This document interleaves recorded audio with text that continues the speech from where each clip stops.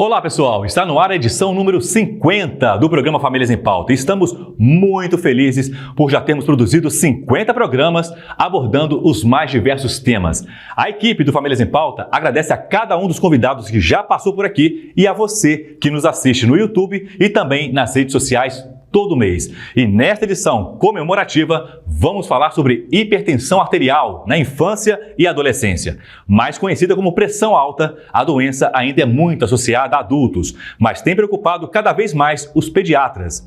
De acordo com um estudo publicado em novembro no periódico The Lancet, a taxa de crianças e adolescentes com pressão arterial elevada quase dobrou no mundo entre 2000 e 2020. Em 2000, aproximadamente 3,2% das crianças tinham hipertensão, mas em 2020 a prevalência aumentou para mais de 6,2% entre crianças e adolescentes com menos de 19 anos, afetando 114 milhões de jovens em todo o mundo. Dessa forma, a pressão alta pode começar cedo e muitas vezes passar despercebida. Portanto, identificar esse problema no tempo correto faz toda a diferença para a saúde presente e futura dos nossos jovens. Nesta edição, vamos entender como a hipertensão se manifesta nas diferentes faixas etárias, quais fatores aumentam o risco e quais cuidados as famílias podem adotar desde já. Tire suas dúvidas a partir de agora no Famílias em Pauta.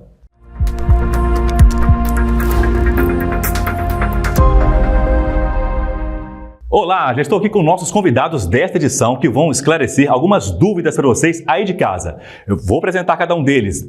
Doutora Nilzete Bresolin, seja bem-vinda. Ela é presidente do Departamento Científico de Nefrologia da Sociedade Brasileira de Pediatria. Seja bem-vinda, doutora Nilzete. Obrigada, é um grande prazer estar com vocês para falarmos de um assunto tão importante que é a hipertensão arterial na infância, especialmente com colegas que eu admiro muito. Então, vamos à nossa discussão a seguir. Obrigada à Sociedade Brasileira de Pediatria pelo convite.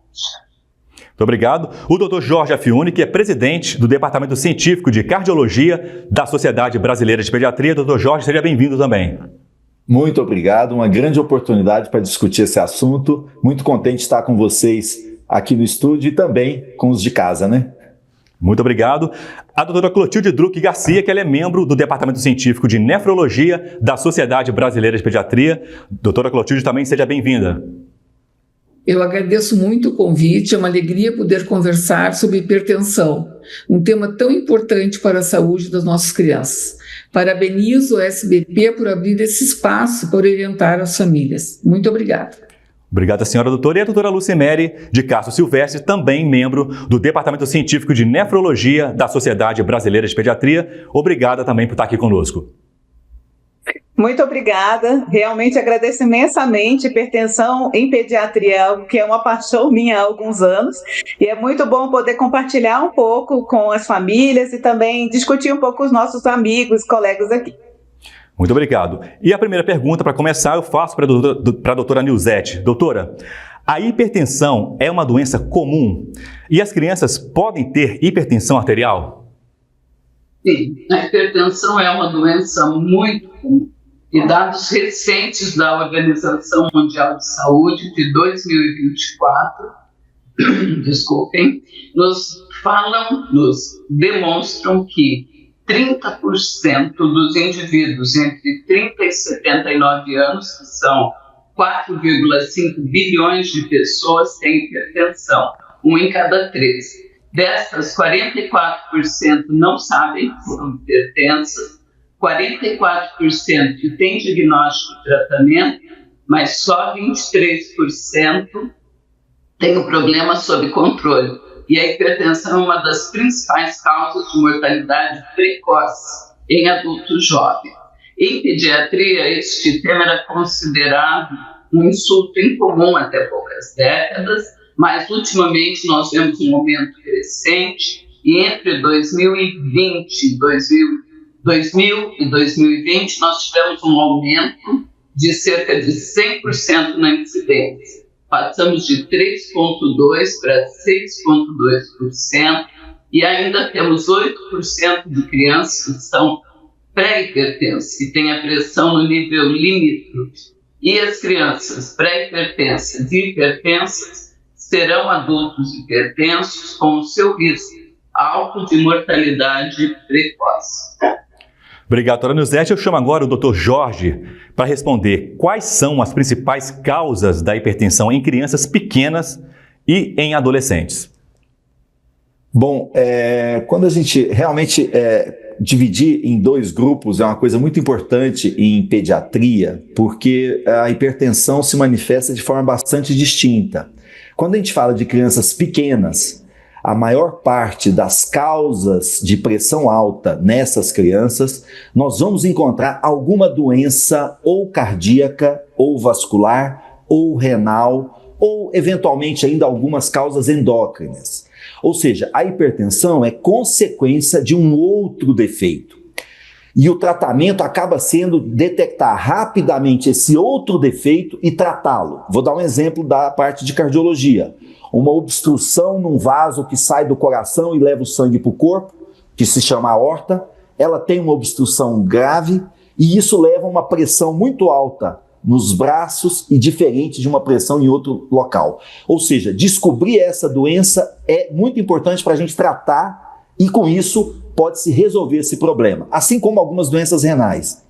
Quando a gente vai para os adolescentes, aí nós já estamos nos tornando adultos muito cedo, até nas doenças. Ou seja, os nossos adolescentes, muito provavelmente a hipertensão neles está muito associada ao incremento da taxa de obesidade infantil e nos adolescentes, além de uma causa muitas vezes genética para a hipertensão ligada aos próprios familiares.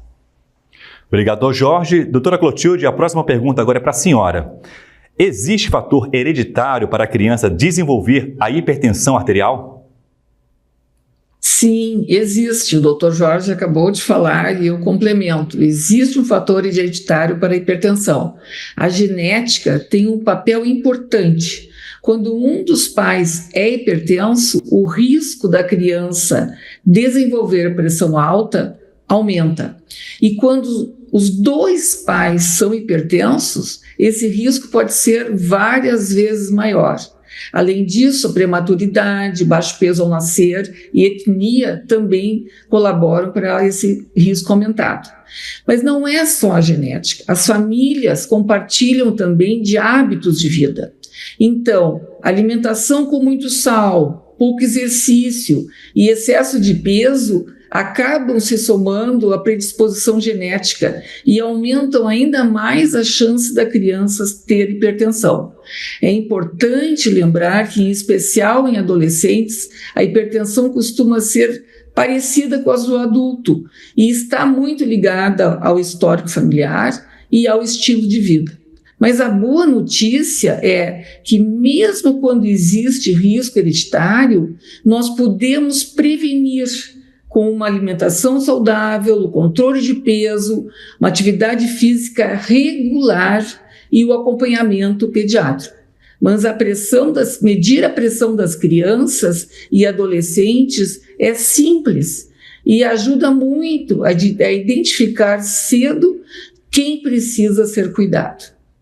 Obrigado, doutora. Eu chamo agora a doutora Lucimere para responder, na verdade, a próxima pergunta e dizer se a hipertensão na infância ela pode continuar na vida adulta.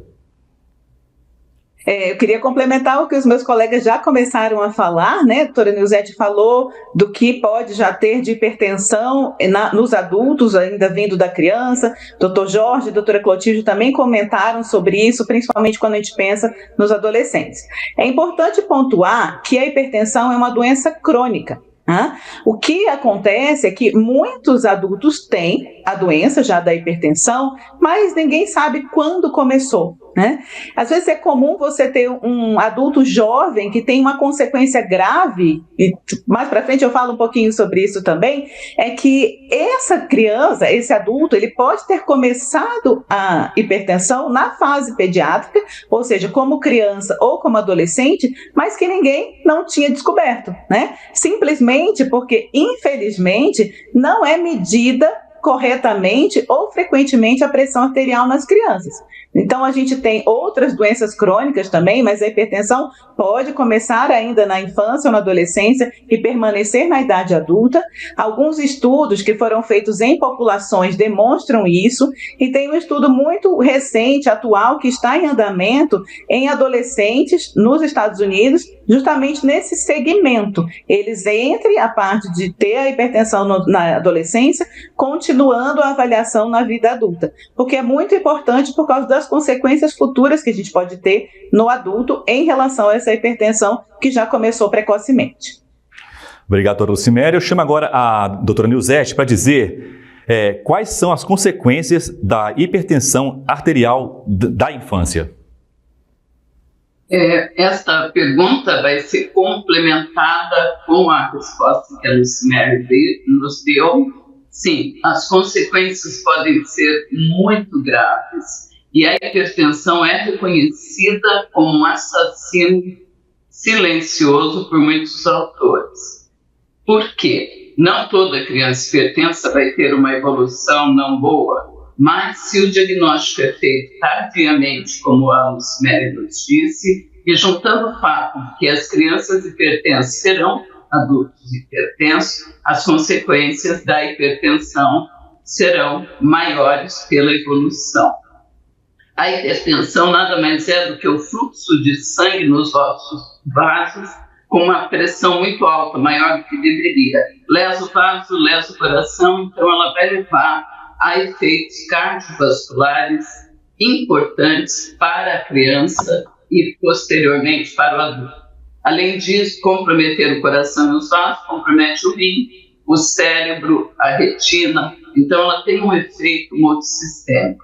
Se eu demoro para o diagnóstico, e o diagnóstico é muitas vezes retardado por não aferir a pressão, porque a criança é assintomática, tem sintomas inespecíficos, vocês, papais e mamães, não sabem da ocorrência da hipertensão e com isso não estão alertados para a importância da medida e da aferição da pressão. O diagnóstico só é feito se a pressão for aferida na maioria dos casos. E para eu evitar as consequências cardiovascular, rim, coração, olho, preciso de diagnóstico e tratamento precoce.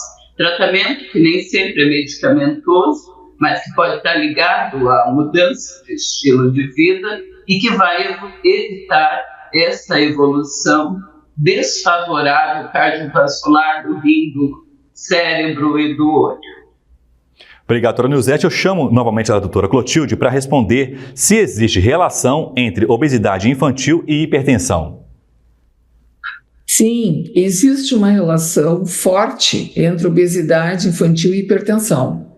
Hoje sabemos que o excesso de peso é um dos principais fatores de risco para a pressão alta em crianças e adolescentes. Esse risco aumenta com o grau da obesidade.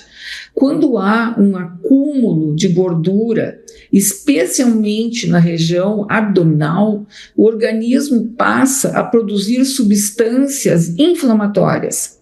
Aumenta a resistência da insulina. A insulina não consegue entrar nas células e gerar energia com a glicose no organismo, nas células. Então, há uma maior, e também há uma maior retenção de sal, de sódio. Tudo isso eleva a pressão. As crianças com obesidade têm um risco de 3 a 4 vezes maior de desenvolver hipertensão em comparação com as crianças que estão com peso adequado. E isso pode acontecer cedo, antes mesmo da adolescência. E, doutora, e quanto ao consumo de industrializados, também existe relação? Quanto aos alimentos industrializados, também existe relação clara. Muitos desses produtos, como os salgadinhos, os embutidos, o macarrão instantâneo, biscoitos salgados e refrigerantes, eles têm altas quantidades de sal, açúcar e gorduras, que favorecem o ganho de peso e aumentam a pressão arterial. O sódio excessivo é especialmente preocupante. A maioria das crianças consome muito sal, muito mais do que o recomendado, e grande parte vem justamente dos alimentos ultraprocessados. Mas a boa notícia é que isso pode ser prevenido. Incentivar uma alimentação natural, com frutas, vegetais, fibras, grãos, reduzir os industrializados, estimular uma atividade física diária e acompanhar a pressão arterial nas consultas pediátricas. Pequenas mudanças na rotina da família ajudam a proteger a saúde do coração e dos rins das crianças ao longo da sua vida. Então, isso é muito importante, mudar o estilo de vida da família. Vai favorecer os pais e os filhos. Obrigado, doutora Clotilde. Eu chamo novamente o doutor Jorge para dizer como fazer o diagnóstico da hipertensão arterial na infância. Esse eu acho que é um ponto fundamental de toda essa discussão. Existem alguns dogmas por trás disso. O primeiro deles é: criança não tem problema de pressão. Esse é um dogma que até mesmo dentro de muitos colegas pediatras, às vezes não praticam de forma persistente, né, a aferição, ou seja, realizar a medida da pressão arterial. Às vezes, quando a gente faz essa medida, alguns pais até se espantam um pouco. Por que estamos medindo? Então, esse é um primeiro ponto que precisa ser quebrado. A hipertensão é um problema do adulto, mas nasce desde a infância. Então, esse é um ponto fundamental. E nós, pediatras, temos como ajudar muito isso se, de fato, fizermos uma triagem através de aferições periódicas de pressão arterial. É através disso que a gente vai fazer o diagnóstico, medir a pressão. Aí entram alguns detalhes que em criança tem um pouco mais de dificuldade. Quando a gente mede em adulto, nós temos manguitos mais ou menos homogêneos, o nível de pressão que se diz se ela é alta é mais ou menos uma só, 12/8, nós estamos falando hoje em dia, ou 12/9, algo assim. Quando a gente vai para a criança, a gente tem que ter manguitos, ou seja, aquele aparelho que se coloca no braço com as medidas adequadas para cada tamanho de braço. Nós temos que olhar, fazer várias aferições, em torno de 3 aferições, às vezes em momentos distintos, para ao realizar essa medida, observar se ela está dentro de um valor considerado normal ou anormal, de acordo com a idade, de acordo com o sexo, com a altura da criança. Portanto, não há um valor único para dizer se tem pressão alta. Isso torna o diagnóstico um pouquinho mais dificultoso e, ao mesmo tempo que a gente precisa fazer o diagnóstico quem tem pressão alta, crianças se movimentam muito durante as consultas, choram, estão às vezes em condições de movimento muito grande. A gente também tem que evitar o outro lado, que às vezes é um diagnóstico exagerado de pressão alta. Ao mesmo tempo que nós temos que fazer esse diagnóstico, um cuidado tem que ser feito para a gente não a partir da primeira medida, muitas vezes, a gente já fechar esse diagnóstico. Ou seja, nós precisamos fazer as medidas de forma adequada, com material adequado, interpretá-las adequadamente, medidas repetidas, e após isso confirmar o diagnóstico para cada criança. Obrigado, doutor Jorge. Para finalizar, nossa última pergunta é para a doutora Lucimere. Doutora, a hipertensão, ela pode ser curada? E quais são os riscos, se não tratar a hipertensão na criança e também no adolescente? Leonardo, a primeira pergunta que você me fez é uma pergunta de milhões, né?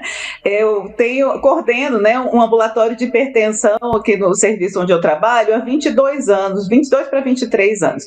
E essa é uma pergunta que as mães me fazem com muita frequência. Doutora, meu filho está hipertenso, mas isso tem cura? Então, isso vai depender muito. A gente tem algumas causas secundárias, né, e causas primárias. Às vezes, alguma causa secundária pode ser alguma situação transitória e ele pode melhorar, né?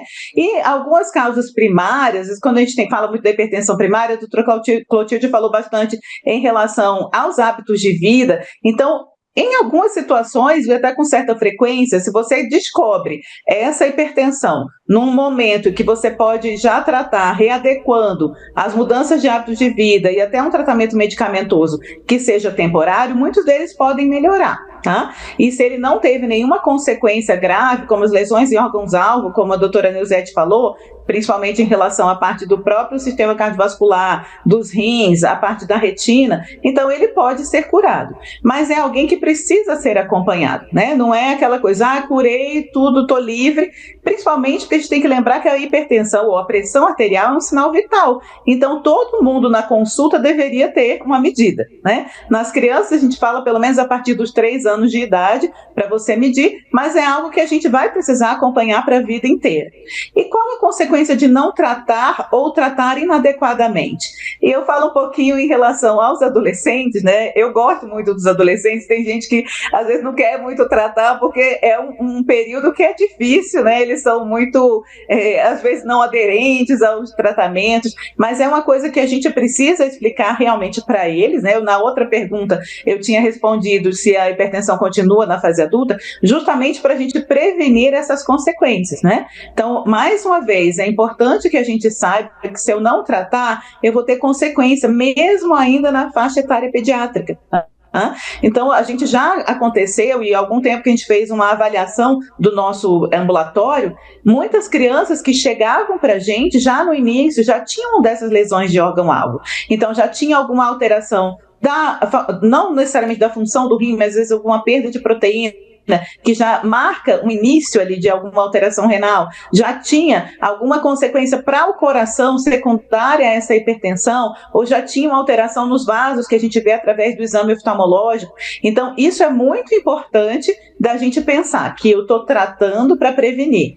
Ele pode melhorar? Sim, mas eu preciso acompanhar, independentemente daqueles que eu consigo retirar a medicação, eu preciso continuar acompanhando ele para ver se não vai ter consequências aí na parte futura, né? E para realmente mantê-lo de forma adequada, com a pressão arterial adequada e com todas essas avaliações de forma adequada.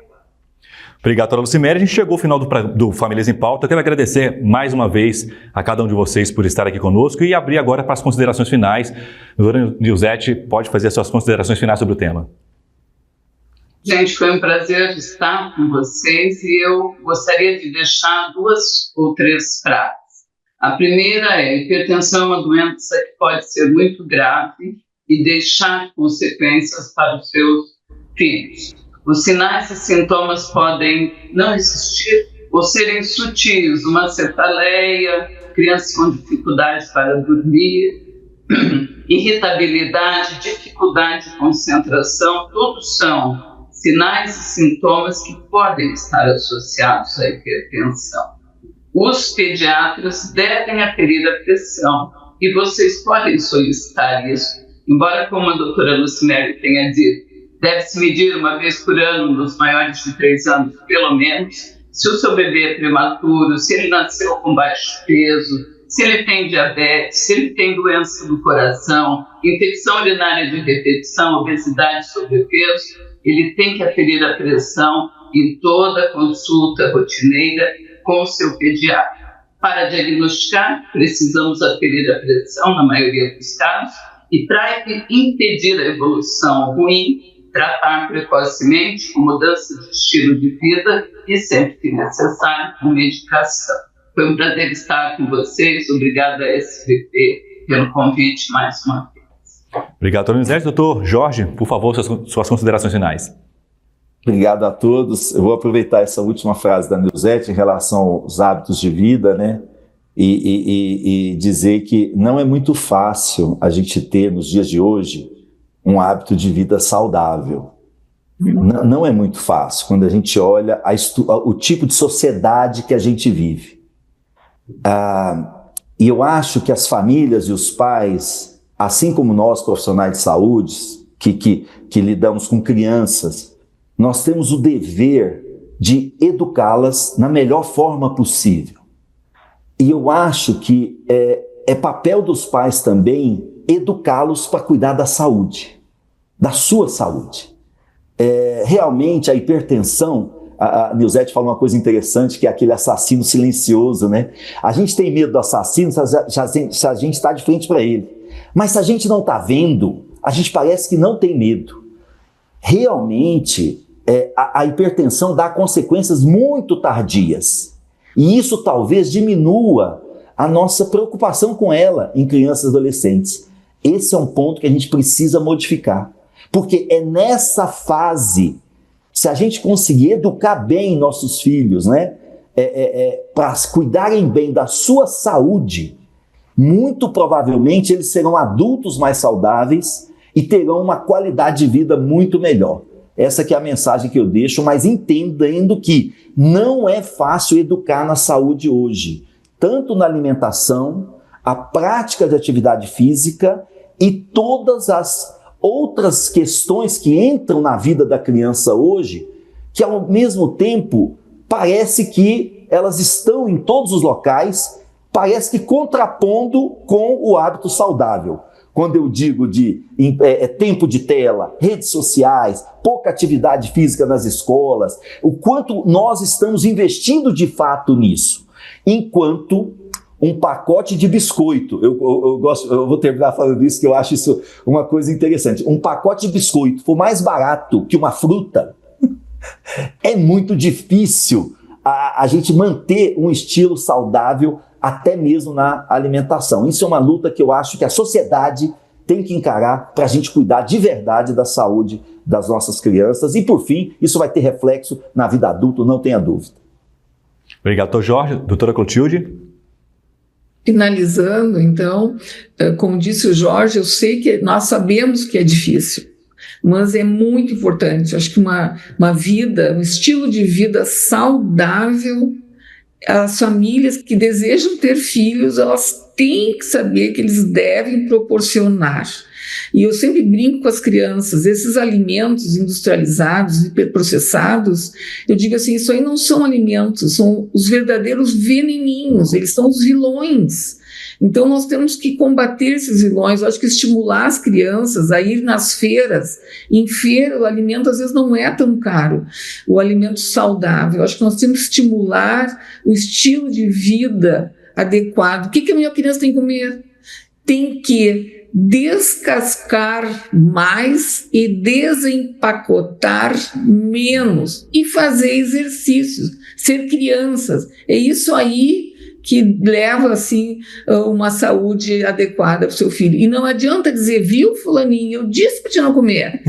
É a família que não tem que comer e dar o exemplo. Eu não falo para o fulaninho, porque a família que compartilha esses hábitos que levam à doença. Então, assim, pense na sua família e que maneira você pode modificar para ter hábitos saudáveis. Era isso. Obrigado, doutora Clotilde. E doutora Lucimere, também suas considerações finais. Eu queria agradecer mais uma vez, né, e reforçar também, né, aquilo que a gente não vê, a gente não vai pensar, não vai lembrar, né, então realmente, se a gente não medir a pressão, a gente não vai saber se tem alguma alteração ou não, né, então reforçar isso, como os colegas falaram, da forma adequada, né, então muitas vezes tem gente que mede de forma inadequada, né, então é importante que seja da forma mais certa possível para você realmente ver se é uma hipertensão ou não. O Dr. Jorge falou do uso de telas, isso é algo muito importante, gente. Eu avalio também a MAPA, que é aquele exame que avalia a pressão nas 24 horas, e muitas crianças que ficam em uso de telas, principalmente perto da hora de dormir, durante a noite, quando está dormindo, que é para a pressão estar mais normal, a pressão tem ficado aumentada.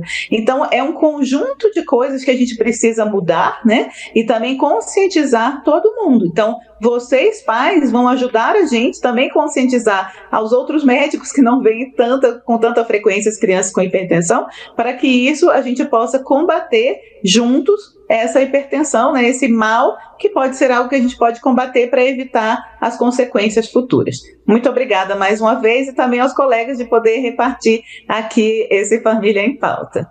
Muito obrigado a todos vocês pela participação. Até a próxima. Tchau, tchau. Até. E no site Pediatria para Famílias da Sociedade Brasileira de Pediatria você encontra diversos materiais disponíveis sobre a saúde das crianças e dos adolescentes. Acesse o site pediatriaparafamilias.com.br. E o Pediatria para Famílias também está nas redes sociais. Siga nossos perfis no Instagram e também no Facebook. E já sabem, se restarem dúvidas sobre o tema de hoje ou se quiser mandar uma sugestão de pauta, envie um e-mail para famíliasempauta@sbp.com.br famíliasempauta@sbp.com.br. Compartilhe nossos programas com a sua rede de contatos. A gente se vê em nossa próxima edição. Até lá!